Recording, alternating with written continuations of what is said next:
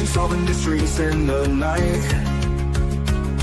Chasing shadows, finding answers, shining bright light. No one's left behind in the darkness, all alone. With a heart like a siren, she brings the lost ones home. Silent cries in the dark no longer have to be, for justice wheels keep turning, granny on the beat. Broken voices find their power, call out hope again. When these crime busters run, no victims left to pay.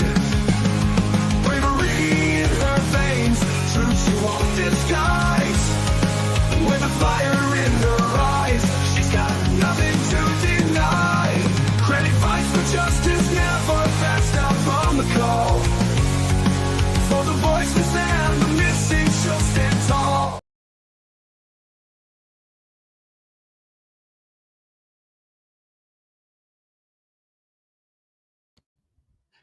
Hello, everybody.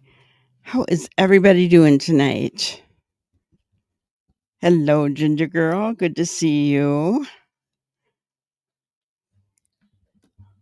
I know K9's not going to be here tonight. Everybody keep her in your prayers. Her cat was run over right in front of her house and it passed away, so poor thing. You know, our pets are part of our family, right? It hurts when they're gone, just as if one of our other family members were gone. It hurts, so let's keep her in our prayers. So there was, let me see, an update, I believe, from At Night today. Yeah, I will share it.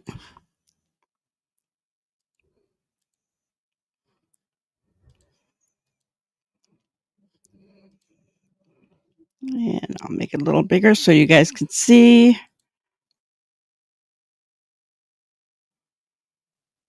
Yeah, they're like our babies, aren't they? Just like our children, they can make us mad at times, and then, you know, the next minute they do something so endearing that you just can't help but love on them. All right, so At Night Private Intelligence. America, it's time to bring Sebastian home together from the heart of our nation. From the rolling fields of middle America to the bright lights of New York, from the music-filled streets of Tennessee to the sun-soaked shores of California, America, we need you.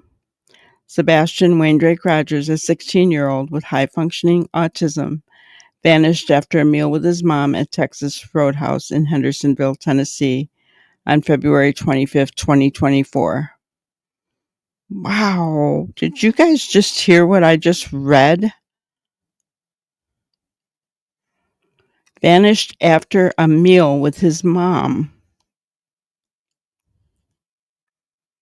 at Texas Roadhouse in Hendersonville, Tennessee on February 2024.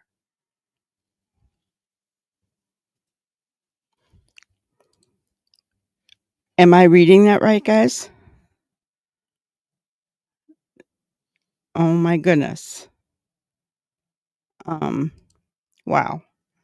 Over a year later, his family still waits for answers, holding on to hope. Now, with Katie Proudfoot's page hidden, it's up to us to keep Sebastian's name alive. This is the America we know, a nation that stands together, that fights for its kids, that never gives up. Sebastian could be your son, your brother, your neighbor. He loves music, has a unique walk, hands in his pockets, a distinctive gait, and a smile that lights up a room. Somewhere out there, someone knows something. Let's make sure they see his face. The time is now. Light America up in green.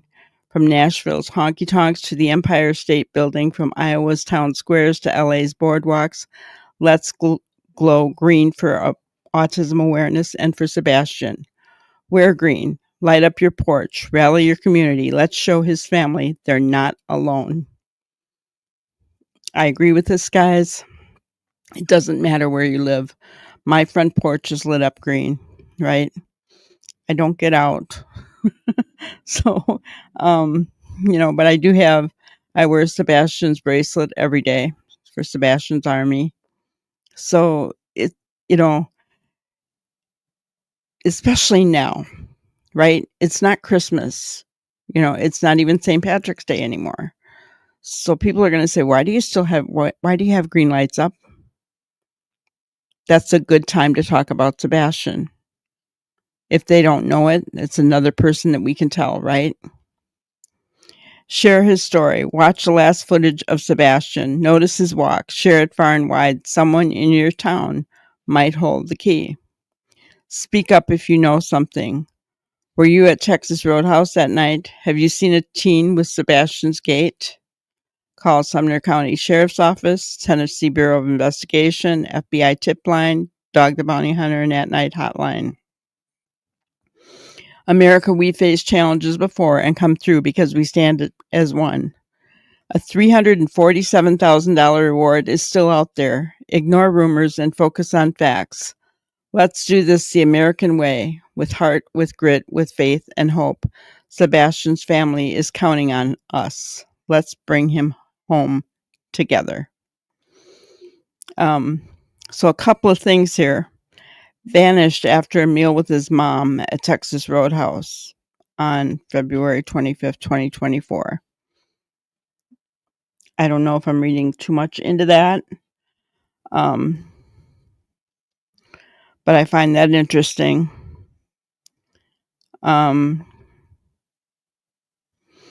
Also, Katie Proudfoot's Facebook page is hidden. I don't know if you guys were aware of that. I know. I wonder what they know that we do not, right? It's a little bit scary. But, I mean, that's fine. Because I know whatever they do know that we don't, they've let law enforcement know. So, I'm fine with that, right? But really, when you look at that, it's crazy. So there are a lot of things going on in the background, guys, and you know that I'm not one for drama, but and we're still going to stay no drama, obviously. But Katie's Proudfoot's Facebook page being hidden means she's not using it to advocate for Sebastian, is she? Right? I mean, if it were my child, oh my gosh, what am I saying?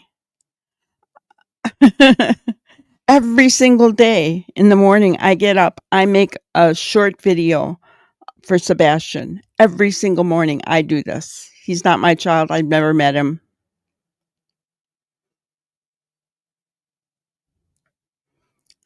I, um, it just made me realize it, because I was going to say, if I was a mother, I'd be putting on all my social pages every single day, maybe more than once a day, about my son being missing, right? And then I realized who I'm literally nothing to Sebastian, nothing, do this every day for him to try to help find him, right? I do this every day for him. I don't stop. I haven't missed a day in I can't tell you how long. It's a long time. So there's that. Her page is being missing, and I'm gonna play this. And the only reason I'm gonna play this is it came from CNY family.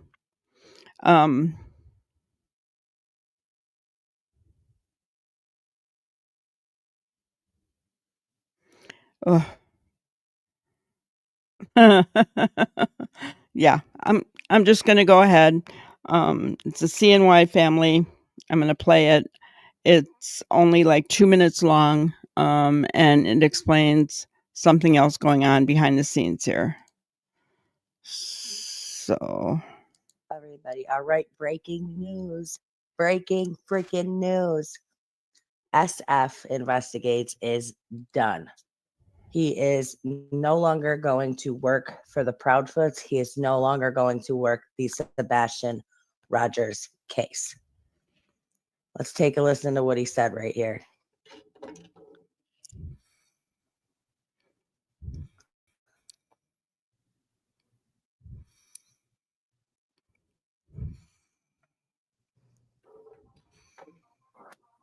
Well, she doesn't show the rest of what he said there. Let me see. I can't read the Right here. bottom. Then we got another one that says, "From UA, I'm telling you that they have your back. They're not coddling her right now, but bitch, you messaged him saying I think she's coddling Hold him on. too much We'll get there in a second. about Yep. Jay." Yep. Okay. Once it broke, then she tried to turn back. Yep. Steve says, why are they involved? Why is she still giving an interview and getting attention? There are no more than 5 questions to ask this woman, and it should be over, period. Here goes UA. So they can get through to her. He comes back and says, I'm done. I'm telling Chris and Katie I have to leave the case. It's too hard to undo the harm being done by YouTubers.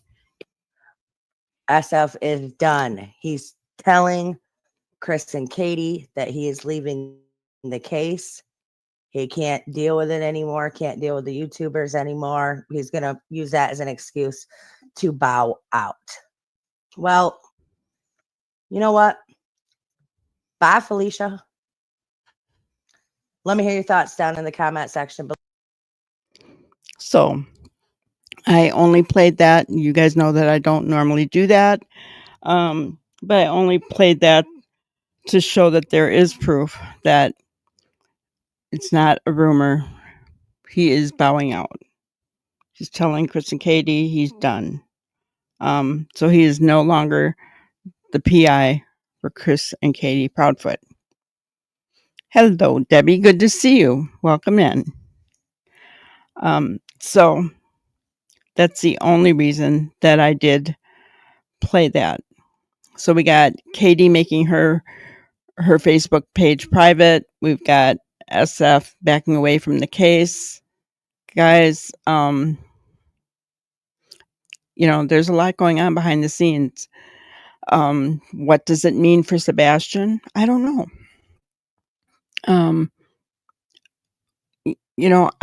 I wish we knew what was going on, and how close law enforcement are to finding him.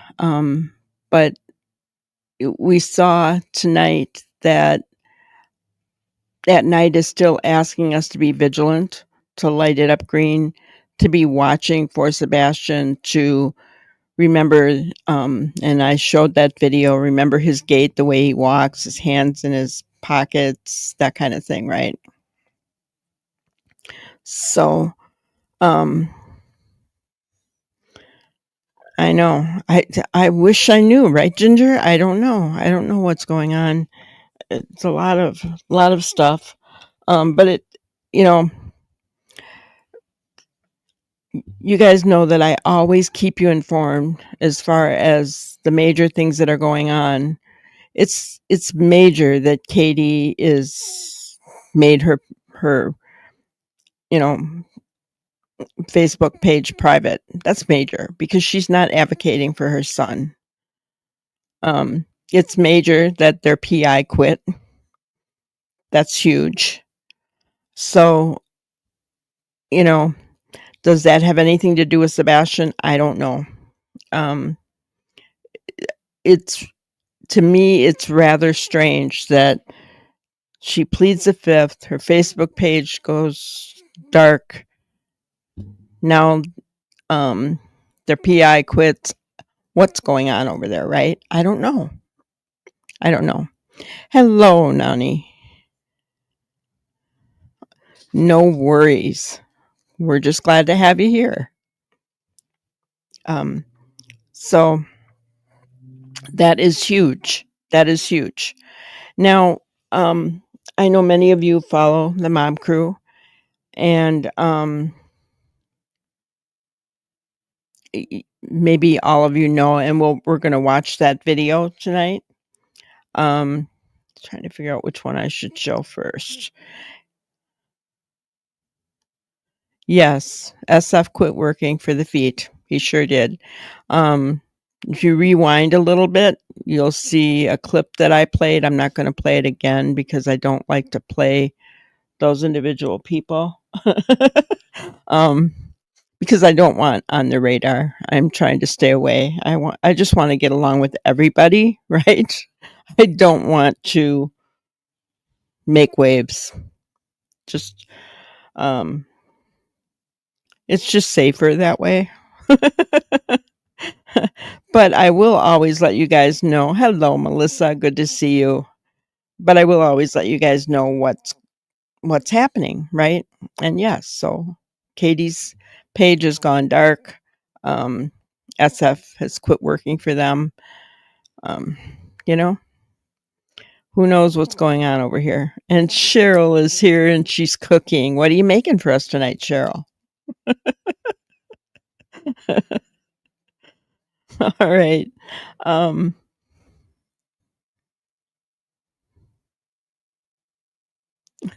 No worries. Okay. With your youngest grandchild? I know. We're all lost in this case, Noni. It's scary. Honestly, it's scary. I was just talking before you walked in about how there's no way if I was a mother of a missing child that my page would go dark. I mean, I'd be on every single social media page I could talking about my missing son, right? And then I said, wait, what am I talking about? Because I do it every day. Every morning when I get up, I make a short for Sebastian, right? It's crazy. Stuffed peppers. Oh, yum. I love stuffed peppers. My mom used to make them for me. Ginger. We're coming over, Cheryl. Hope you made enough.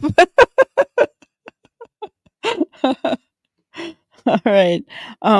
Let's quickly listen to the mob's video. And then I made a video that I'm going to show you on another angle of his video. So let's go ahead. I'm going to share my screen.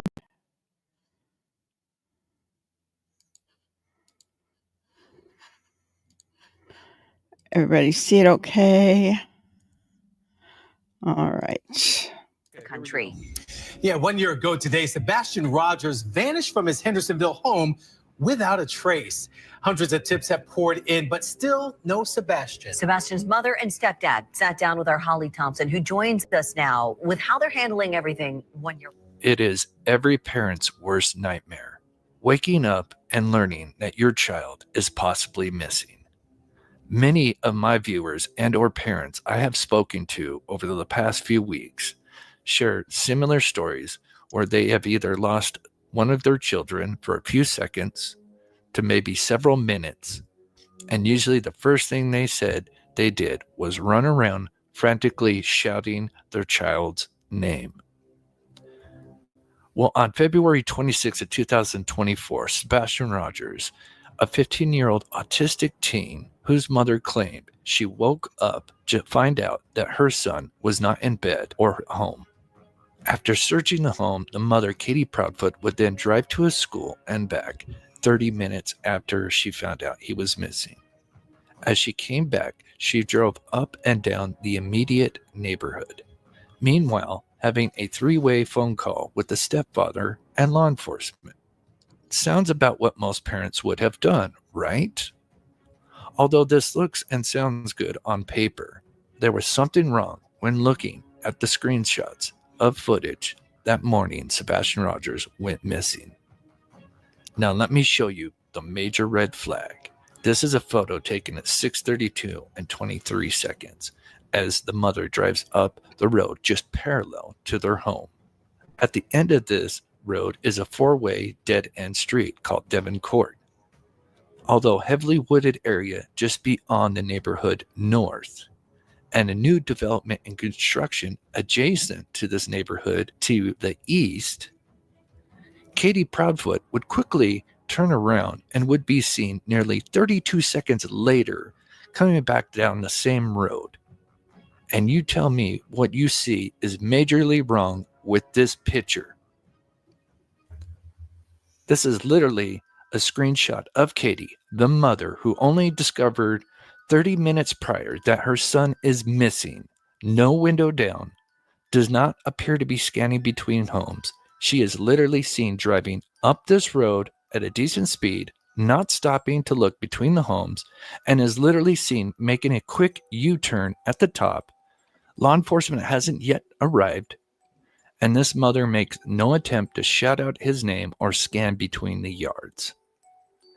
This is Seth Rogers, the biological father, who sadly had to learn about his son missing just after getting off work early at 7 a.m. He arrived there about an hour later. This is what he did shortly after learning about his son going missing. Thing was going on in the house. I left. I turned around, got in my truck, and started driving everywhere with my window down, screaming for my son. If he ran away, I don't know how long he's been gone. They didn't tell me when they thought that he had gone missing. I didn't have any type of time frame. No, nothing. I just started driving around. Like, I took a road until That's right. The first thing he did was drive around with the window down, screaming Sebastian Rogers' name.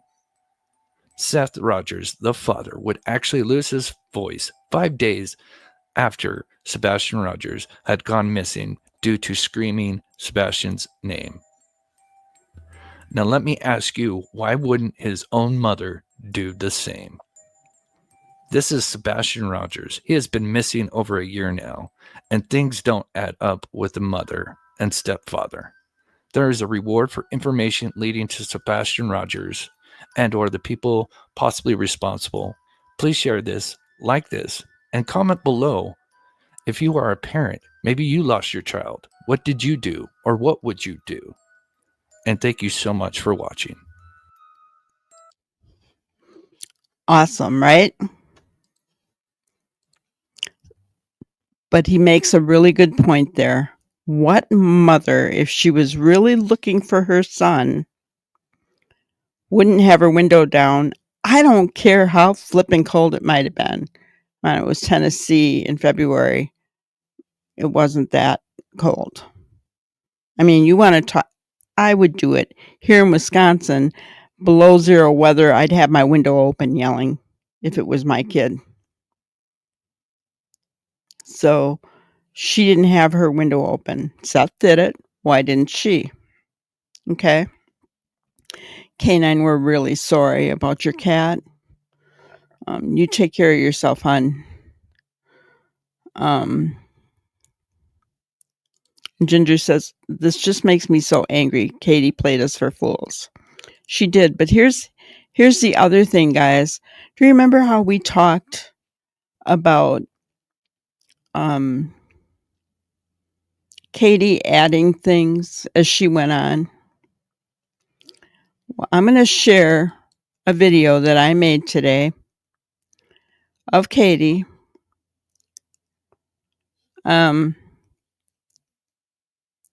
Of her interview, the first 3 interviews that she did.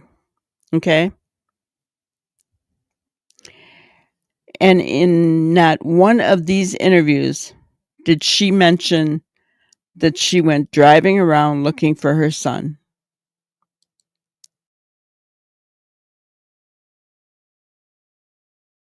You're welcome.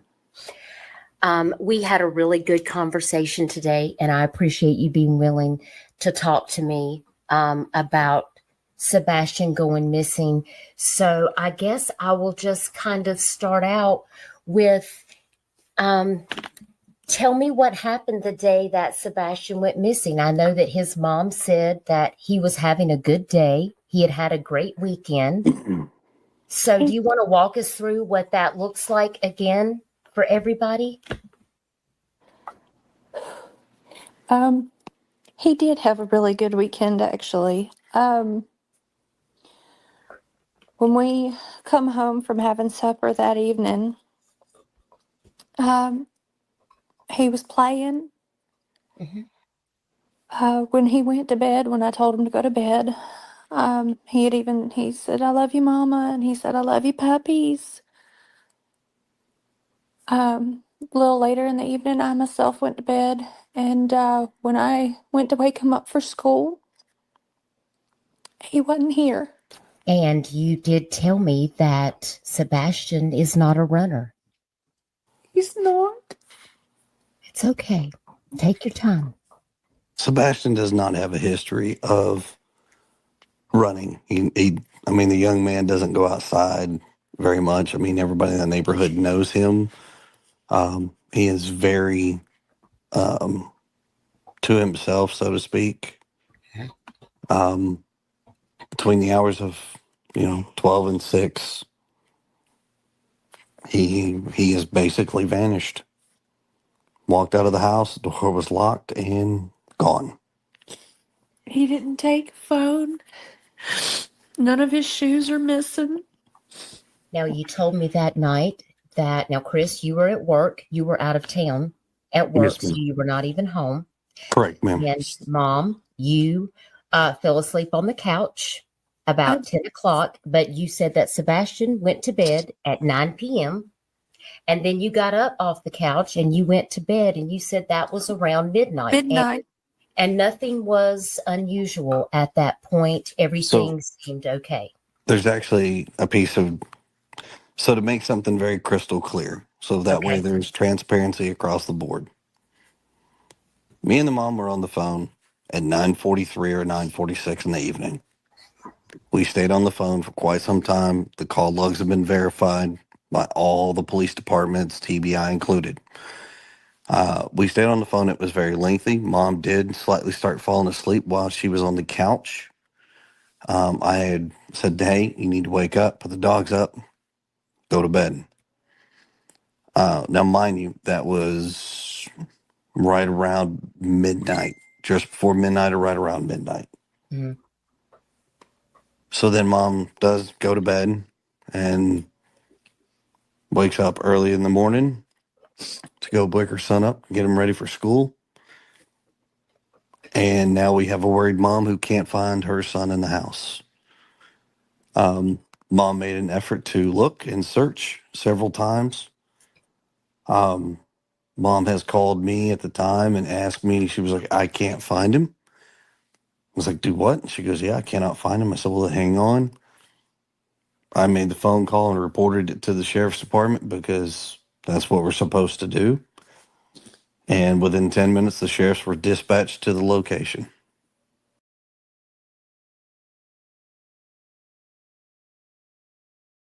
A little bit later, I wound up going to bed, and when I woke him up for school, he wasn't there.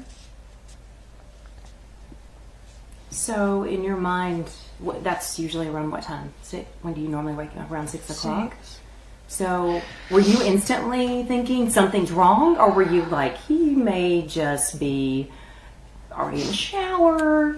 I took a second. Room? I took a second and walked through the house looking for him in case he'd gotten up and was trying to get breakfast or something, because he did that sometimes. About 3 minutes in, give or take, I was on the phone with my husband. I said, "I can't find him." He said, "What do you mean you can't find him?" I said, "He's not in the house."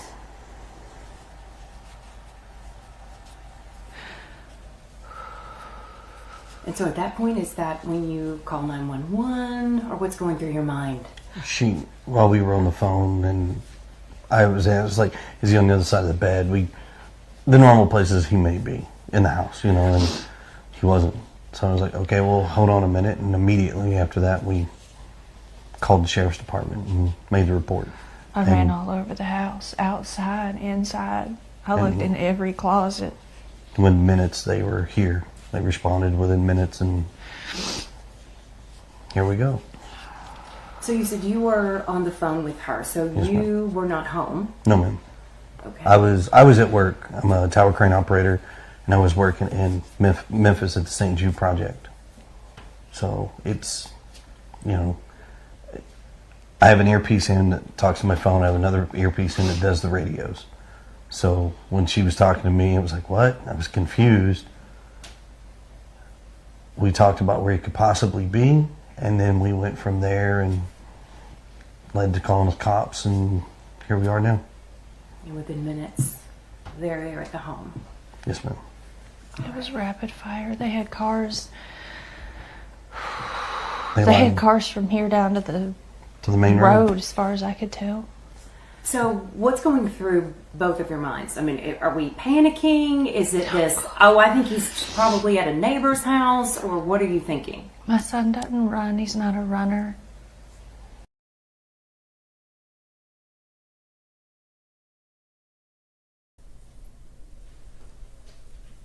Everything seemed fine. And when I went to wake him up for school, that's when I couldn't find him. He wasn't in his room, and he wasn't in the house. And that's when I panicked. And when you panicked, what did you do? First thing I did was call my husband, and I said, he's not here. My husband said, what do you mean he's not here? I said, he's not in the house. And he said, immediately just started, did you check here? Did you check there? Did you look here? And I ran through the house, and at that point I was hysterical, for lack of a word. And we three-wayed the police, and I'm within minutes they were here. I couldn't tell you exactly how long. I know it was fast. And we haven't found him. When I got the phone call that he was missing, like she said, we asked questions like, where's he at? Check this, check that. And then we called the sheriff's department. I called the sheriff's department. I stayed on the phone pretty much most of the time. And then while I was at work, I asked for a relief. Got a relief. Got in my truck from Memphis and made my way to Nashville. And that was... And that was a lie. Because he never asked for relief. He was told to leave, remember? Samantha says, if my autistic children were missing, I would knock to all the neighbors' doors screaming. I would have gone running to the school, screaming their name, going inside the school. I would look everywhere. Yeah, me too. I wouldn't have just gone outside and said, I can't find him. I can't find him. I would have been going up and down that whole street. The next street. Then I would have gotten my car, gone to the school. Here's the thing. She did go to get in her car. But Mob Crew made a good comment when he said she went up Kellen and back down again in 32 seconds. That's a long street, guys. That is a long street. She's driving fast down that street. Does that tell you that she's looking for Sebastian? No. I mean, yeah. Well, allegedly, Chris told her to head home because the police were heading there. I get that, right? But I'm just going to show you guys. Excuse me.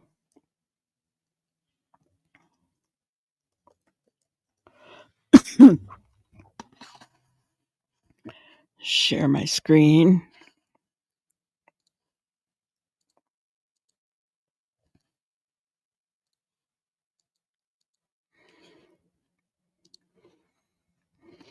It's funny how I've got that. It just saves it.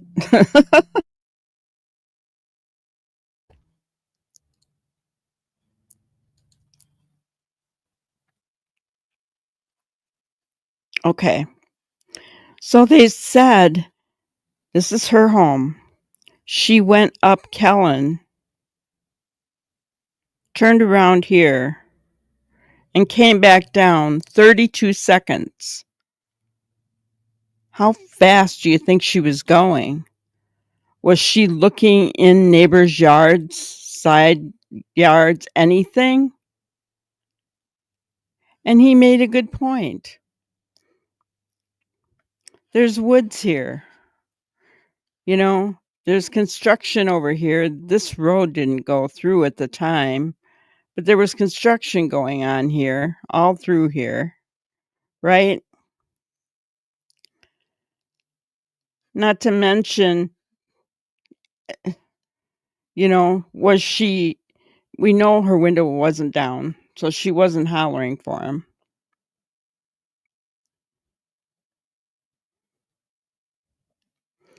She was driving fast with the windows up. Oh, this is a military officer. How does she not know how to search for a child? Right?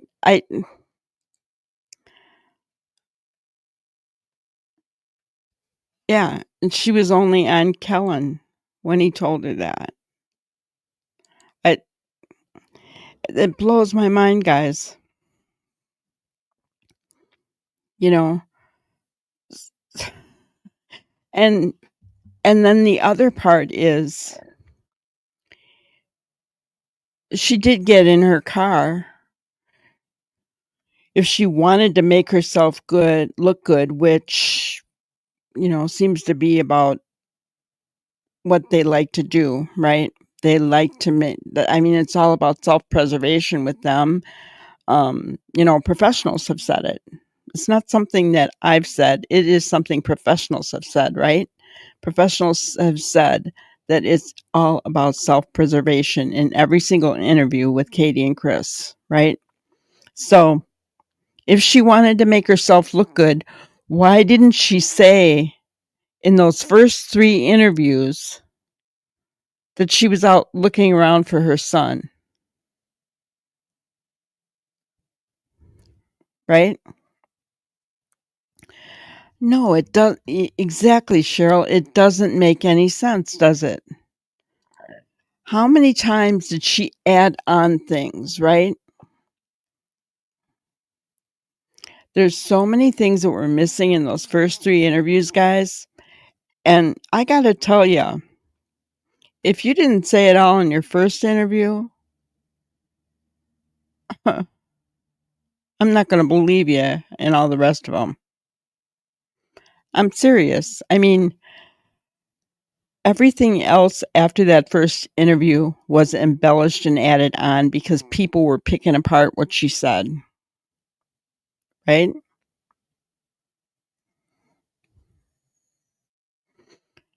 Yeah. They would have found me. Yeah, exactly. Exactly.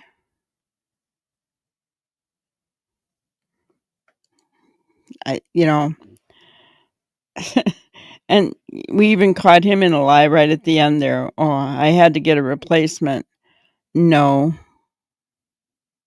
A relief I think is how he called it. No, you didn't. They did. Because you were being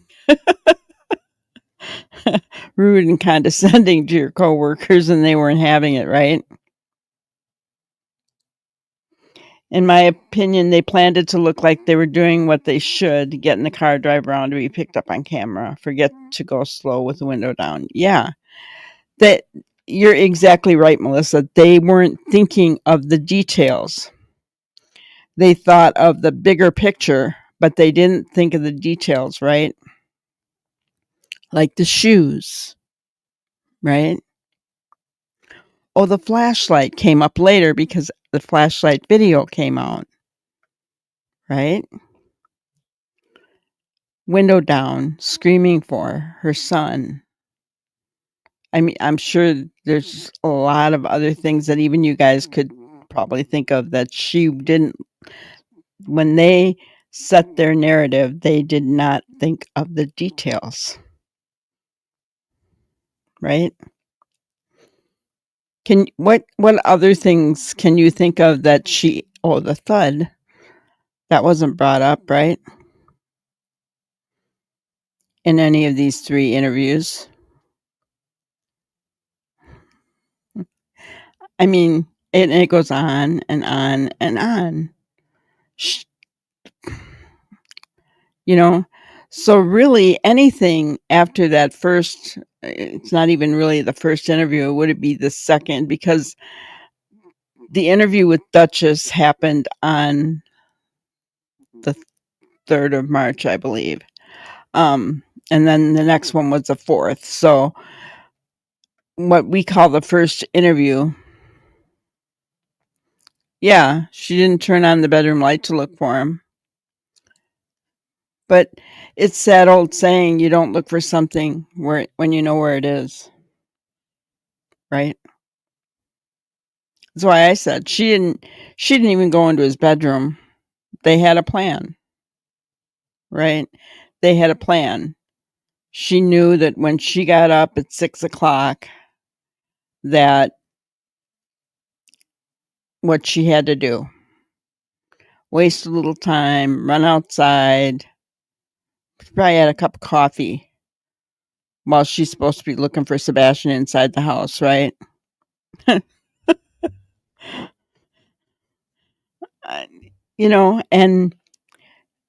had a cup of coffee, rinsed it, put it away. Went outside to scream for Sebastian because she said she did do that, right? Got on the phone, called Chris. Yeah. Yeah, exactly. They planned it to look like they were doing what they should, just like Melissa said. They planned it.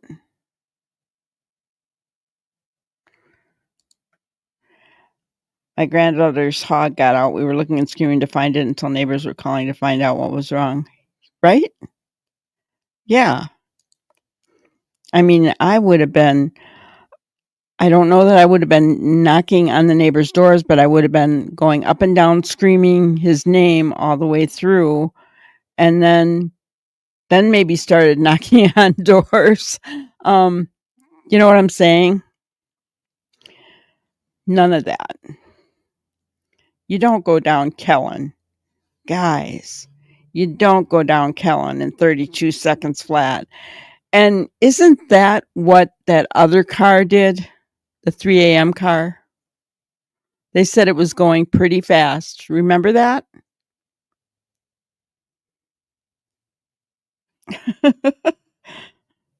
That's kind of eerie. I remember Chris from Mob Crew saying that the 3 a.m. car went up Kellen and back down really fast.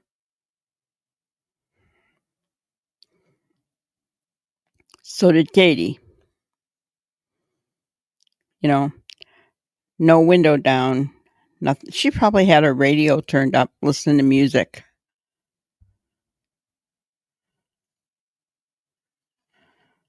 Yeah. I imagine him saying, okay, it's go time. You know what to do, right?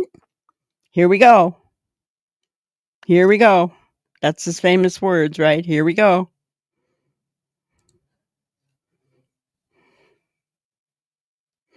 That's probably what he said to her when she called him. She didn't say, I can't find him. She called him and he said, okay, here we go. Plan in action.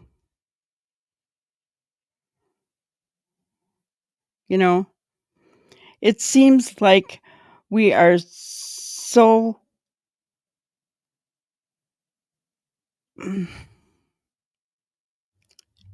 I don't even know how to say it. So right on about what happened that day, but we just don't have the final pieces, right?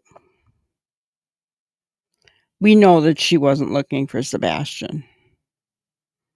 Whether she was in the car, whatever. And the only reason she checked the crawl space is because that neighbor was right there with her.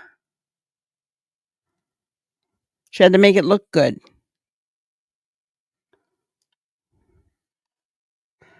Night call was planning time for the next day, maybe. Yeah. It would take a while to plan that out, right? To plan what you're going to do after 3 a.m. when you do the switch.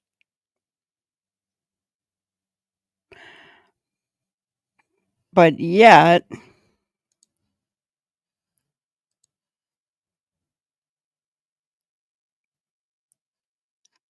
this bothers me now. Does at night think vanished after a meal with his mom at Texas Roadhouse in Hendersonville, Tennessee? Does at night think that he didn't make it home? Or are they just saying, we know that he vanished? I is that why they keep showing us pictures of the Texas Roadhouse guys? Yeah, if we know, Ellie has to know. Absolutely. Absolutely. Um, but is really, guys, is that why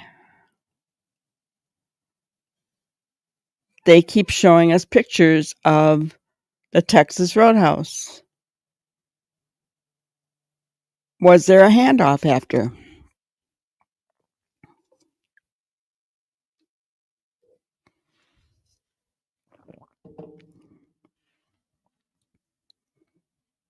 Was the 3 a.m. car just to pick up Chris to get to work? I'm just saying. I mean, that's a possibility, right?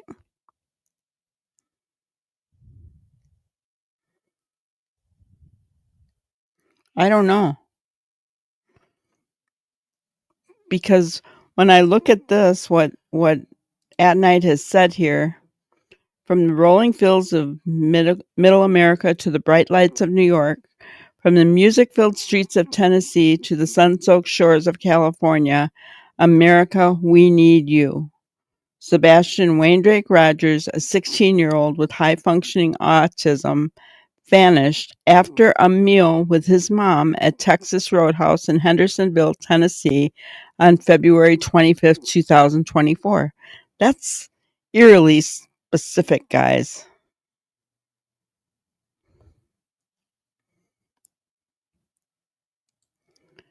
Yeah, it is suspicious. But what she doesn't realize and what SF doesn't realize is that information is not gone. It's still there. Messages, Facebook messages, still there. All of SF's garbage that he wrote, still there, you know. And, you know, we know that At Night was meeting with Trump. They probably have an in to Elon Musk, who owns X. I'm just saying, guys, that stuff just doesn't go away. It can be subpoenaed. So just because they shut it down, all that does is stop anybody from contacting them and stops them from putting any more garbage out there.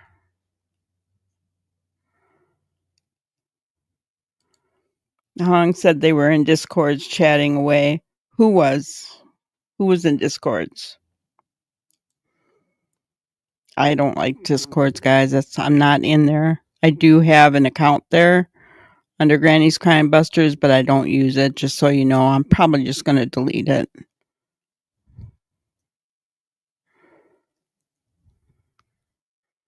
But who was in? who was Hong saying that was in Discord chatting away? I know that they were all talking the obstacles because one of them said so. And I think that's where they were reading from in the clip that I shown.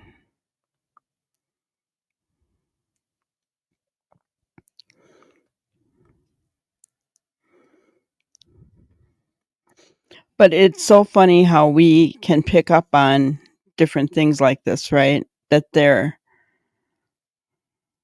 actually more and more, right? I mean, we find footage of her driving up and down with SF and the Proud Feeds. Wow.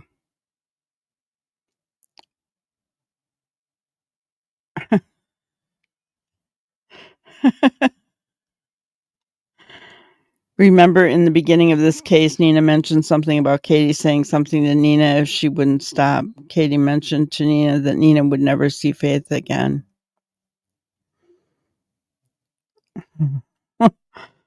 Oh, man.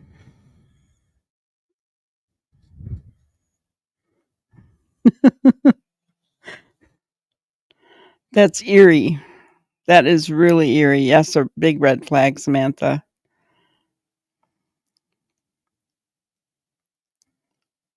Oh.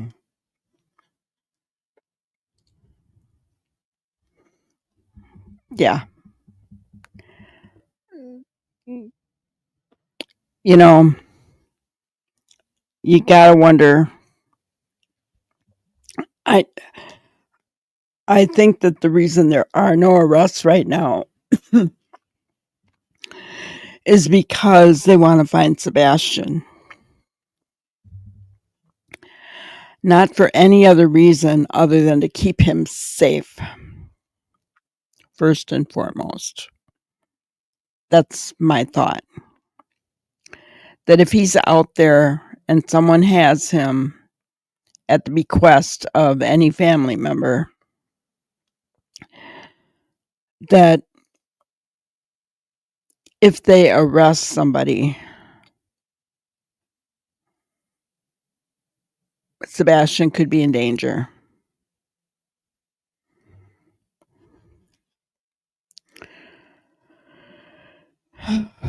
Yeah. A sociopath? I don't know. I do not know.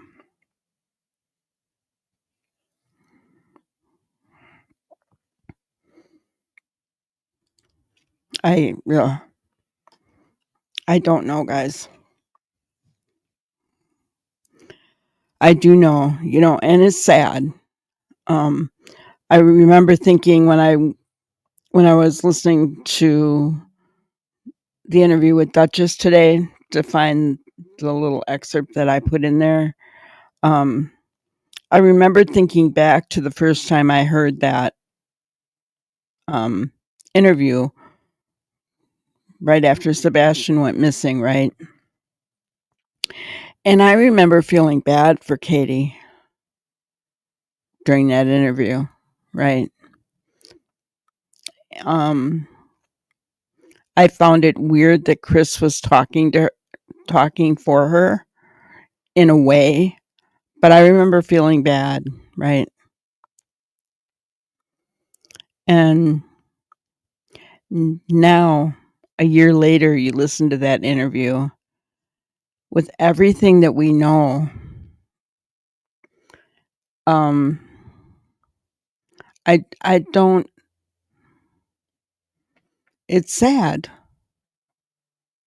It is really sad, right? I don't understand what kind of mother doesn't look for a child, Robin. Hello, by the way.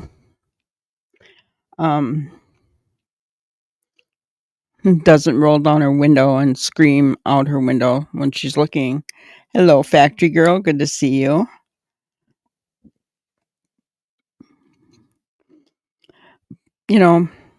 It because sometimes I just get the feeling like I hate the fact that it's a mother and a stepfather that I don't have good feelings about, right? And, you know, but they did it to themselves, right? They made their own beds. They lied. They tried to cover up things. Now it's even worse. She goes dark. She's pleading the fifth. You know, that whole side is just exploding. It's weird. I don't get it. I do not get it at all. At all. It's not your normal actions of a mother who has a missing child, right? I agree, Robin. I think it will be soon. I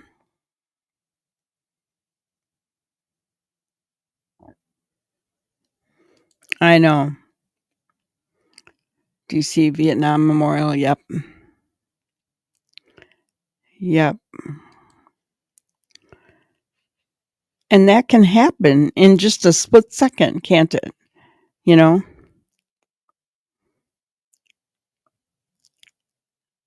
But she herself said, Sebastian's not a runner.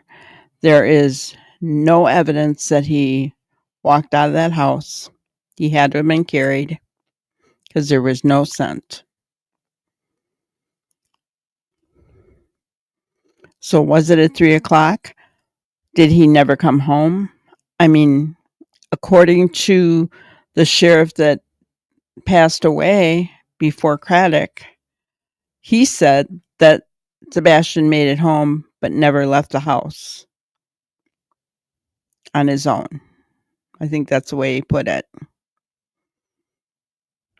So is there video showing him coming home? I don't know. It seems like At Night is pushing the narrative that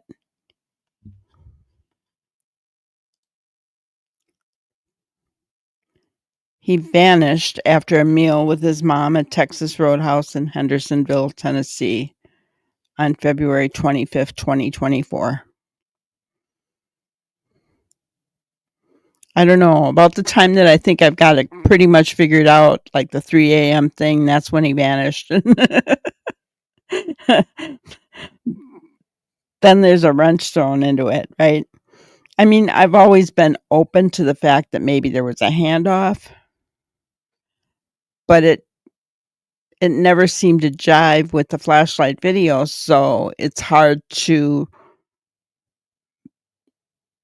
make that a possibility, right? Yeah, all of the parents said he's not a runner. They all did. And yeah. He said we have a boy who walked into a home and never came out. But he did come out. This is the problem, right? I mean, he did come out. He's not there. If he was there, those dogs would have found him.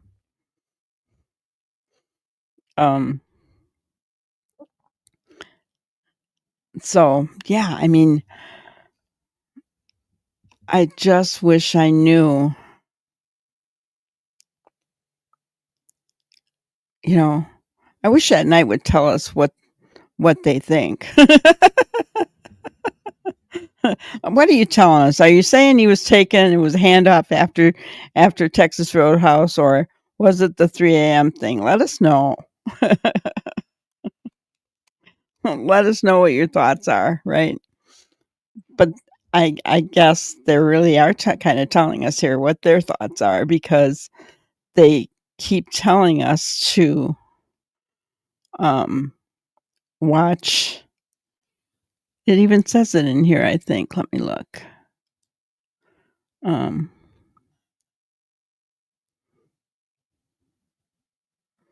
He has a unique walk, hands in his pockets. Right here. Share his story. Watch the last footage of Sebastian at XCOM private at night. Notice his walk. Share it far and wide. Someone in your town might hold the key. So they're saying watch the last footage, which, right?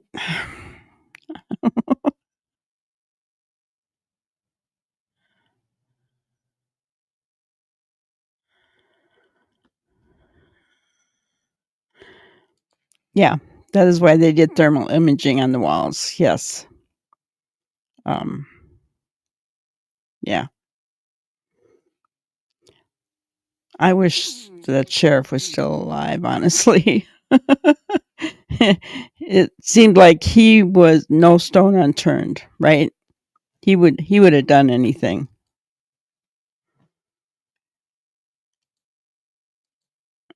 They get defensive about the 3 a.m. video. They do. They negate it, right?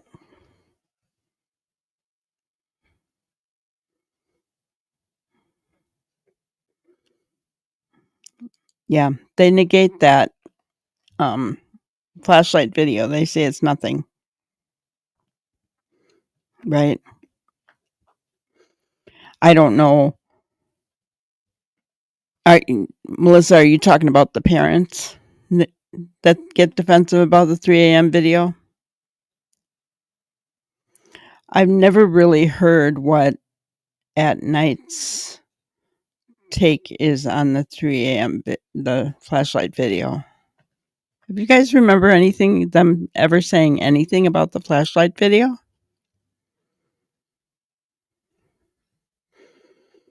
I'm trying to think, and I can't think of a single instance when they have brought up the flashlight video.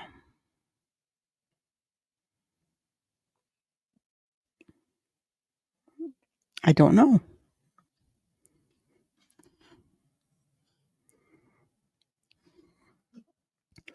I am not sure. The parents. Gotcha. Yeah. Yeah, they definitely, well, at least Katie and Chris are. I haven't heard anything about what Seth thinks of it either.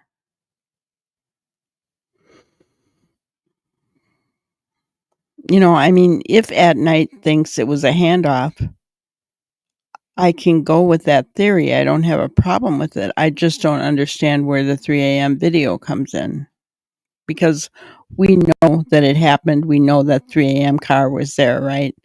So I don't understand that part of it.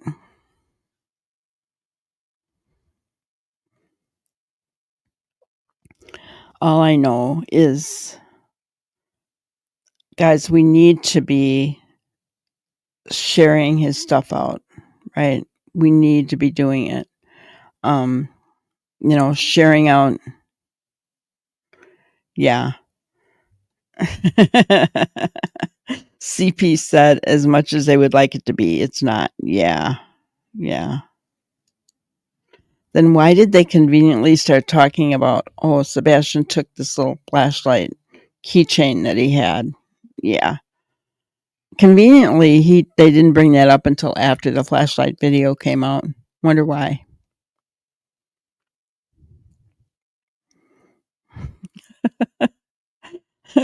I don't think any of us do, Robin. Right? I mean, it's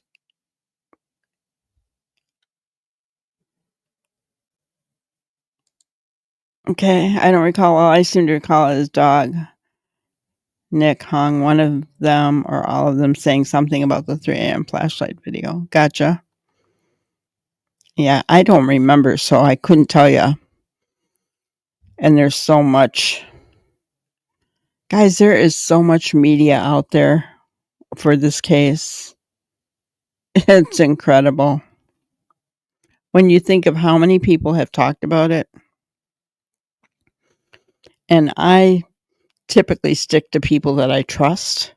I won't show things from other places unless I absolutely have to, like tonight.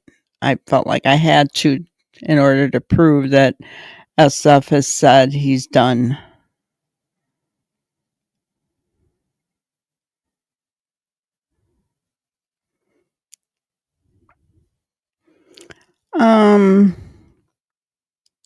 I'm not so sure about that, Samantha. I mean, I could be wrong, but the flashlight video, it was brought up fairly early on, but it wasn't the very beginning. And I just listened to the first 3 interviews and there was no mention of the keychain flashlight. And those videos were in March.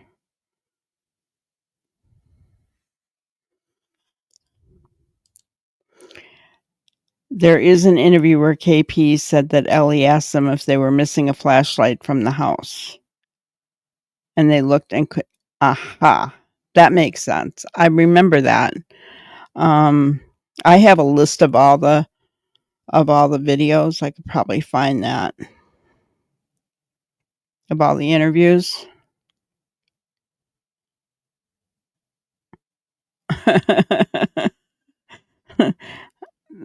Yes, this case has been like being on a 1-year nightmare of a roller coaster. Yeah, I hear ya. It has been, and everything kind of blends together, right? We think that things happen at a certain thing, and I find myself doing the same thing.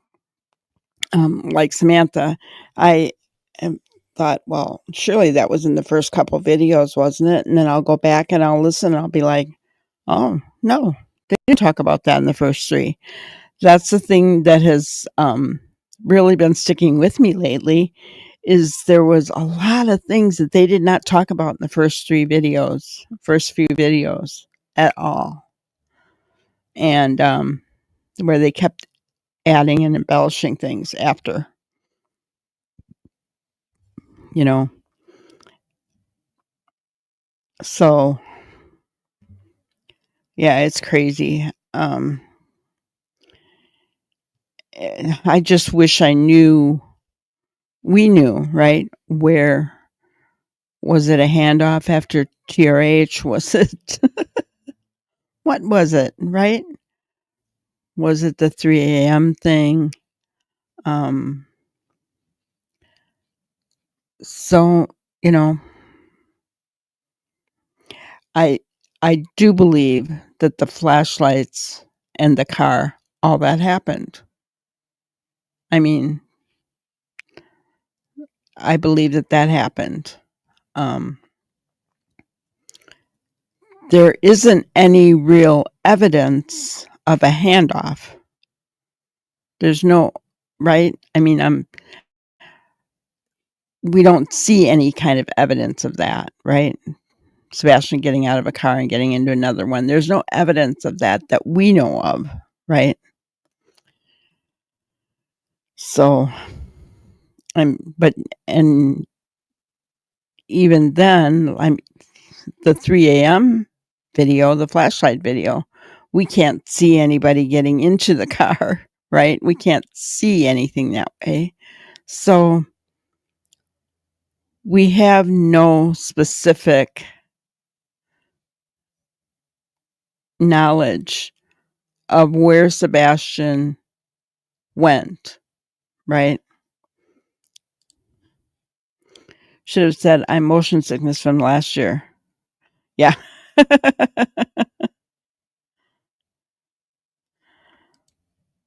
No evidence that we know of, but did they find something at the landfill? Well, they said they had evidence and they were going to comb through it, right? We played that. And I encourage you guys, if you didn't see that video, to go and look at it. That they talked about everything that they found, all the evidence that they found, they'd be sifting through. So what does that tell you? There's something there. Not only that, they stopped searching after that first week, guys. So were they combing through the videos that they got from the neighbors? Because that takes a lot of hours and a lot of manpower, right? To go through that. It's going to take more than a day or two to go through all that. Be watching that. That's why they turned it into an investigation instead of an on-ground search, because they knew something. They found something. We just don't know what that something is. Right? But there's no doubt in my mind that Katie wasn't looking for Sebastian. We know that from the mob cruise video in regards to her. It's kind of interesting that footage comes up now, right? Her driving around. Amber Alert right away. That's a good point too, Cheryl. That's right. That's another good point. Was it like the second or the third day that the Amber Alert came out?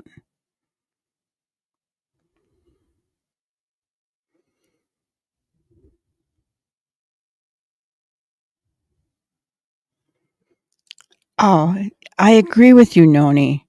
It is maddening, right?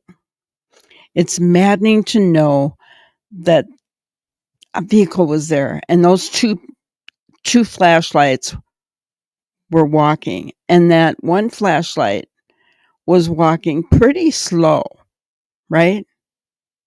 When you were looking at the time, which makes you think they might have been carrying something. Because when they went running back to the house on the way back, it was pretty fast. Right?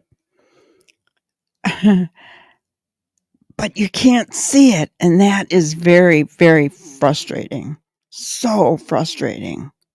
It's like if there was a handoff, I want to see footage of it. I want to see them taking Sebastian out of Katie's car and putting him in another car. I want to see it, right? After 7 days, they knew something. Yeah. Then, it's a good point, Ginger. Then out comes Katie and Chris, and what are they doing? All of the professionals, behavior statement analysis said Katie and Chris were in self-preservation mode. It wasn't about Sebastian with them. With Seth, it's always been about Sebastian. But Katie and Chris, when they came out, it was about self-preservation, how good they looked as a mother or as a stepdad. And they're still doing it. When they're putting out these pictures and these videos of Chris teaching him how to use the excavator and how to ride a bike. I'm a good parent, see? No. No, sorry.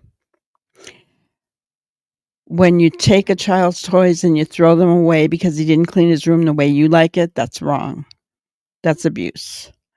When you hit a child with a belt, that's abuse. When you call a child the R word and spray him with a power washer, that's abuse. After 48 hours, I knew it was something like that. After the second day, going on to the third day. Yeah. See someone jump back across the ditch, and that particular someone was moving pretty fast. But when they were coming to the car, they were moving very slowly. Mob crew showed that, how slowly he was going. Because, you could see the timestamp changing, right?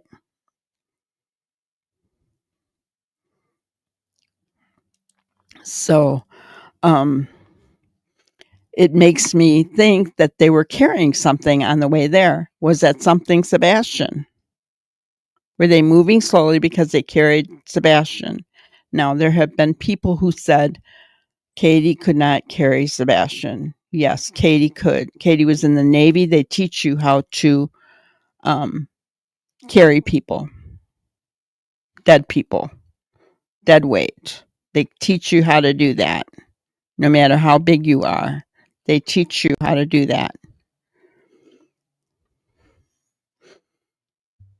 And she was she a sergeant or something? She was Chris's boss, so she was higher ranked than him. You don't get a higher rank by not knowing things, right? Just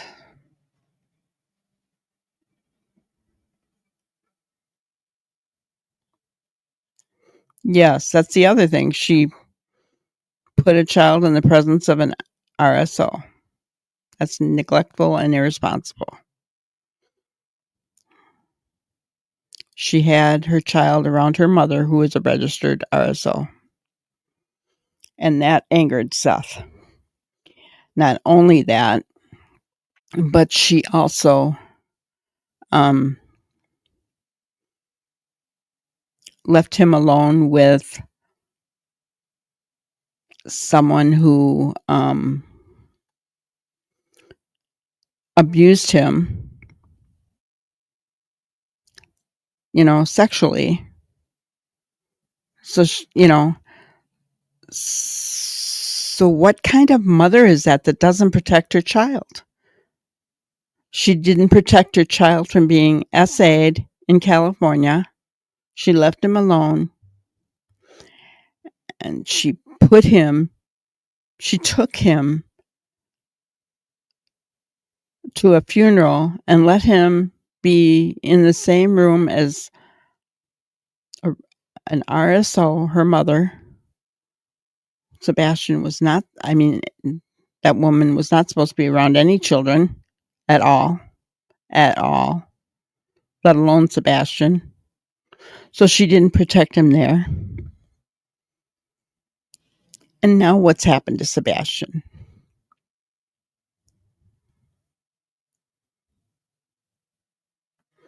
Oh, she did say that, didn't she? Rapid fire. That is a military phrase. Rapid fire. She did say that. Yeah. Yeah. So, like I said, it's just some major puzzle pieces that we are missing to complete this puzzle. Right?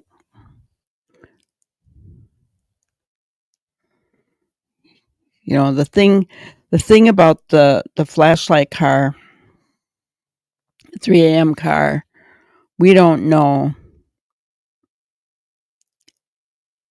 that Ellie ever saw a license plate, right?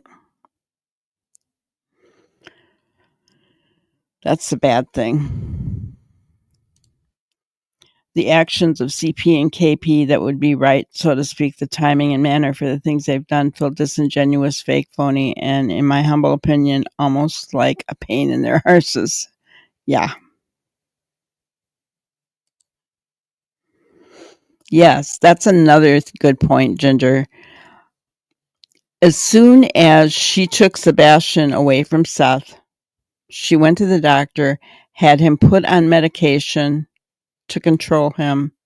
Because, see, Seth was a stay-at-home mom. Katie was in the Navy, right? So he took care of Sebastian. He took him to the doctor, whatever Sebastian needed, right? He didn't, and he said it, he didn't feel his child needed to be on medication. You just take your time and you train the child. I agree with that 100%. No. When she got control of Sebastian, she went and got him medicated. She also got him tested for autism. Okay? That's all fine, well, and good. But, guys, I'm just going to put this out there. He's very high functioning. When I look at the young man at TRH, I do not see a young man.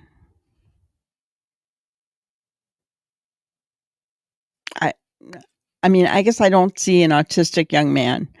And I hesitate to say it like that, but he seemed like his mannerisms, he was so well behaved. Yeah, he chewed his nails a little bit, but I just didn't see any kind of quirks or anything that he was doing. And those of you who have autistic children, please tell me if you think I'm wrong, okay? But I wonder, did she have him? Some doctors will do it.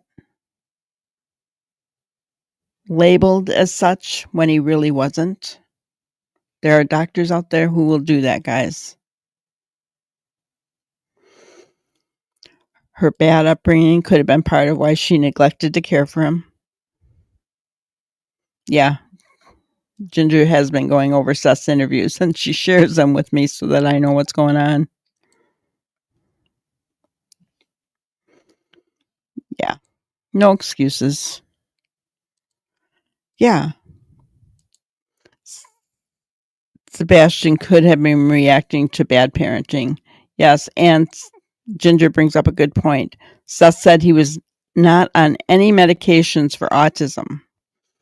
I believe the medications that he was on was for ADHD, which I get, guys. I get that. My oldest daughter, ADHD, but I would not put her on medications either for that. She was on it for a little bit. It changed her personality. I said, you're not changing my bubbly, bright, fun little girl to a morose, sullen child with stomach aches constantly. No, not happening. And I took her off.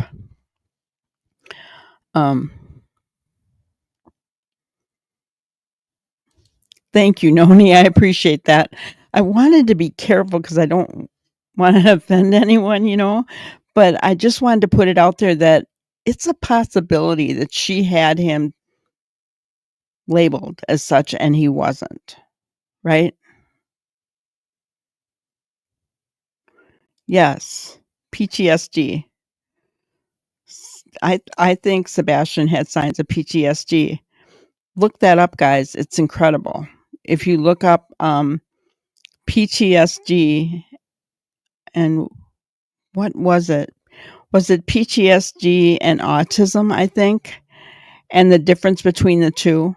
It's incredible. Yeah. He knew his son, right? He knew him. He was willing to spend the time with him to train him on what he needed, right? And that's something that bothers him to this day, is that he doesn't know where Sebastian is. Like he said, I can't teach him how to shave. Whoever has him is taking that away from me, Seth said. That's got to be killing him inside, because Seth loves doing that for his son. Katie, from what we're told about those reports, she ignored Sebastian. The whole thing was medicate him to keep him quiet.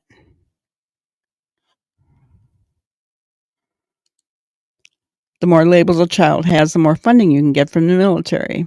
There you go.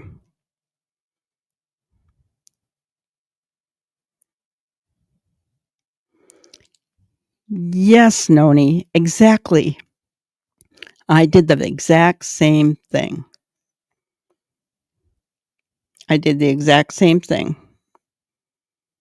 Exactly. Because what was once my bubbly, joyful child, my oldest child was like me, very serious, studious, very, and so my youngest came along and she was this bubbly, joyful, had us all laughing all the time, right? on the other hand, she bounced off the walls. And I found that when I started to homeschool her, she was still bouncing off the walls. She couldn't focus or concentrate or, and even one concept she couldn't grasp the first time you told it, or even maybe the second time. It took like 20 tries, So that's why I had her diagnosed. But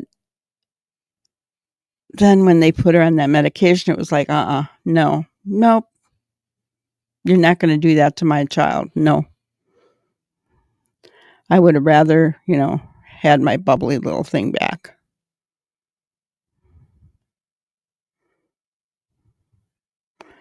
Yeah. Well, and remember, they were trying to put him in a home. Did they need him labeled to do that? I'm just saying, guys, Sebastian could very well have autism. I'm not saying he doesn't, but he very well could have PTSD along with ADHD.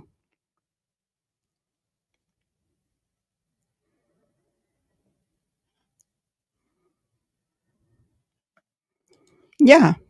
Yes. Exactly. You ignored him just like when they were at TRH together. Hello, Poppy Love. Good to see you. That's all right. We're happy to have you here. But yeah, exactly. And that's sad, right? I mean, I can't imagine what that was like for Seth to read over, what it was, 252 pages or something like that. That number's sticking in my head for a reason. And he's actually reading in quotations what Sebastian said. That had to have been very difficult for him.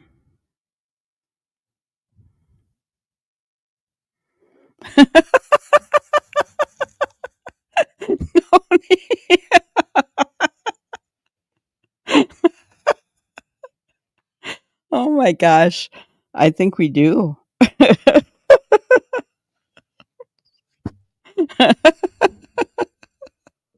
That is funny. Maybe we're all going to need therapy by the time this case is over. Oh man. Oh.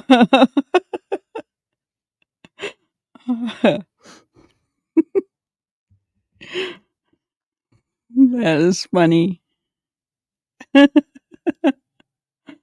But yeah, I forgot what I was going to say. Oh man. We are very, very close to 1,500 subscribers. So, I need your help. We're trying to grow. We're trying to get there. And trust me, we're not letting just anybody, we don't let garbage in our chat, right? But trying to grow. So if you could share our lives and stuff out on your pages, that'd be awesome, guys. I would really appreciate that. Anything that you could do to help would be incredible. We'll go live when we do get to 1,500, and I'm gonna do a giveaway. So just wanted to let you know that. Let's see what we got here. Oh yeah, Ginger. I know. Can you imagine? I'm glad that he can't share that report. Yeah, because I'd be angry. I'd really be angry. This case is really sad. I live in the South and saw a guy at the gas station today with a mullet wearing an orange shirt.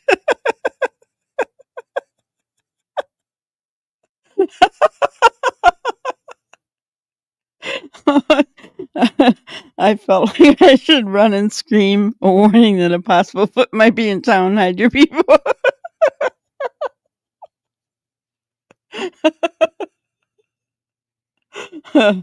Oh my gosh.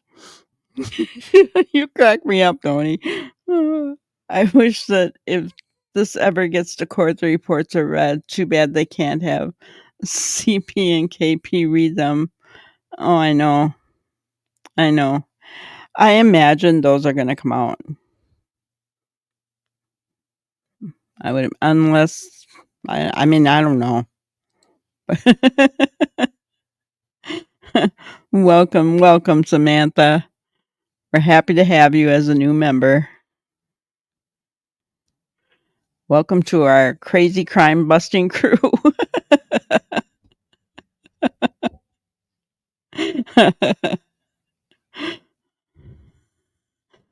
um, let's see, our grannyism for today. Tricks and treachery are the practice of fools that don't have brains enough to be honest.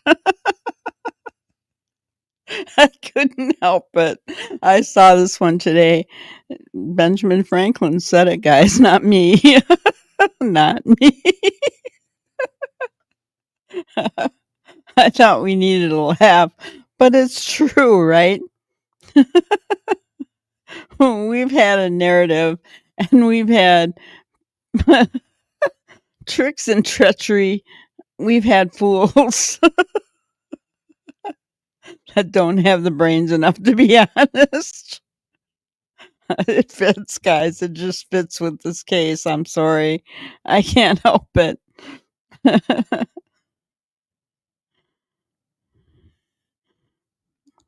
Poppy love. It is sad. I have to remind myself each day to keep giving this to God because I get really down about where Sebastian might be and want him found so much. Yes. And I think we all do feel that way. That's why sometimes we just like to laugh in here because it is. I don't think there is one person that's been in my chat that doesn't have a bleeding heart for Sebastian. I've seen it in everyone that has shared and commented in here. And, it does get to us, doesn't it, guys? Every morning, like I said earlier, I get up and I do my little short thing for Sebastian to keep his name out there every day. And I've been doing it for months and months and months, guys. I don't even remember whenever I've missed it, but I've done it every morning. So I get up thinking about and praying for him every day. The first thing I do is look to see if there's anything going on, any news about him, right?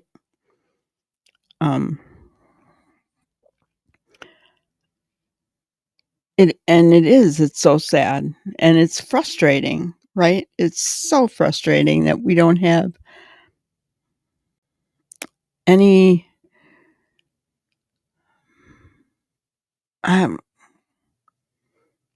direction, it seems like, right? We don't know which direction it is taking us, whether it's the flashlight video or the handoff after TRH, or we really just don't know. But all we can do is hope and pray that law enforcement knows, right?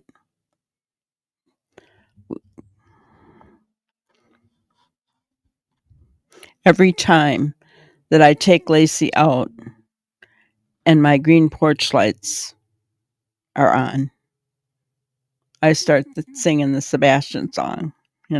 My mind is right there with them.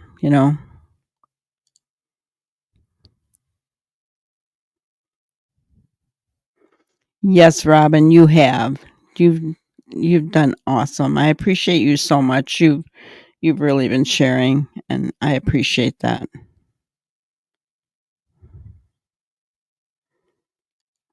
The actual CPS reports may not be available. However, I'd expect to see the fired CPS worker on the stand explaining her actions. Yeah, they are protected. That's true. So I don't know if those. You bring up a good point, Noni. I don't know if those could be shared.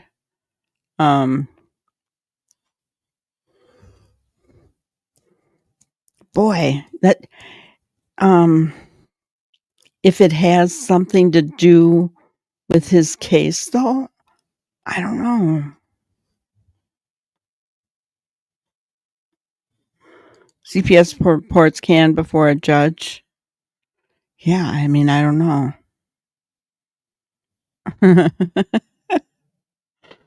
I tend to agree with you.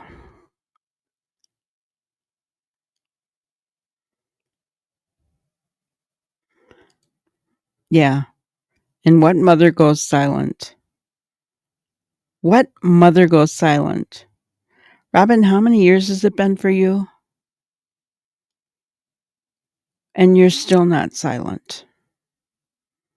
You're still speaking up against Jason getting out of prison because of what he did to your daughter, Nicole. How many years has it been?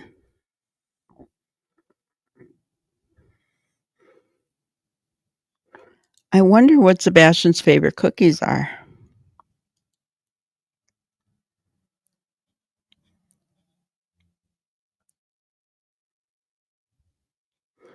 Yeah. Katie shuts down her Facebook to protect herself instead of using it to plead for the return of her child. I agree. I agree.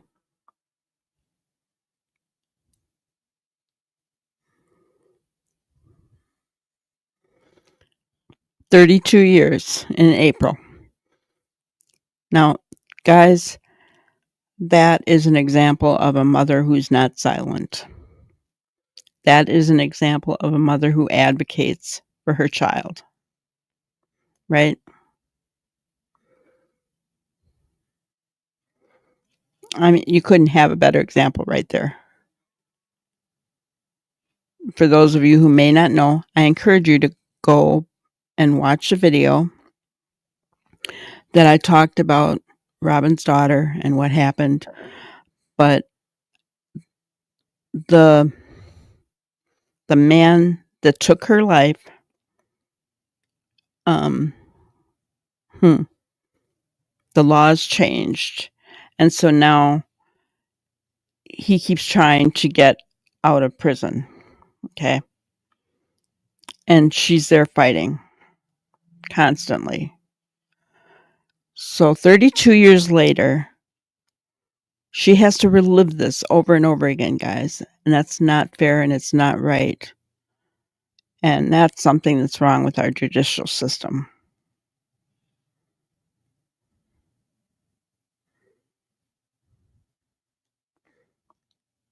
And 10 years since your son passed. Yeah. You had a lot of horrible things happen to you, Robin. I'm sorry.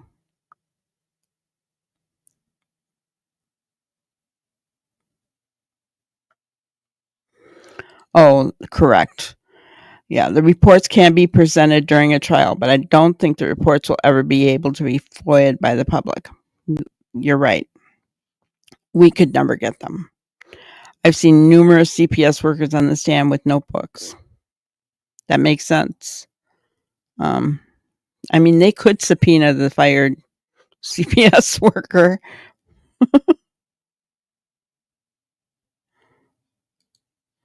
I have been through the judicial system and I lack faith. It is hard for me to trust a system that has let me and many others down. I agree. I mean, I know it's tough.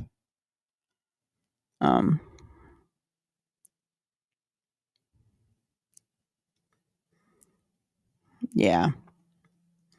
Absolutely. May God give you peace, Robin, wrapping his loving arms around you. Absolutely. You know, I look at Robin and I think of everything that she's had to go through, and she's not been quiet. And then you look at Katie. There's no comparison. No comparison whatsoever, is there? Robin, I admire your strength. I really do.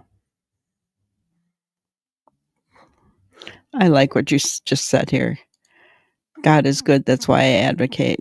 Yeah, God is good. And not only that, you're out here advocating for other parents, good parents like Seth. And you recognize the bad ones, right? But yeah, I mean,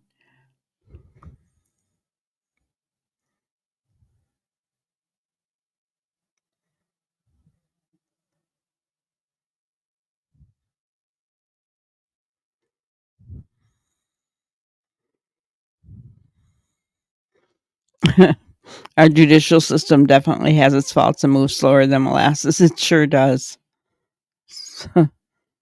Yeah, very slow. Yeah.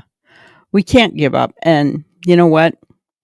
For your case, Robin, we're not giving up. And for Sebastian, we are not giving up. And there's others out there. I know Summer Wells and, you know, but tonight we're talking about Sebastian. We're not giving up. There's no way we're giving up, guys. None. It's not happening. Yeah, Brandy. Exactly. Prayers for Brandy. That's another example of a mother who won't quit. Right? Maybe I should make a page. Mothers who won't quit and mothers that do. I don't know. It won't help bring any of these children home though, so it's oh, yeah. Sebastian Hope, Sebastian Strong, Sebastian's Army. We're here. We're not giving up.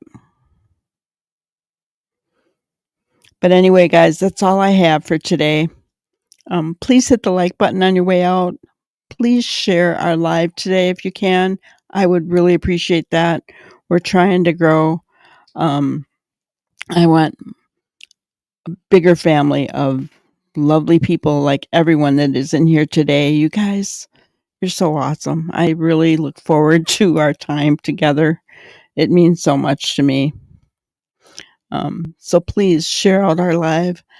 Invite people that you know that are good people. And don't forget to hit the notification bell so you get notified. Yeah. With the astronomical number of missing children, we can't give up. Yeah, they can make you ill, but that's why we get together. We come in, we have a little lighthearted banter, we laugh a little, because if we didn't, we'd just be all depressed, right? We're not laughing about any situation ever. We're laughing to lighten the mood a little bit, right? To help us get through these trying times, because we do all care. We do all care.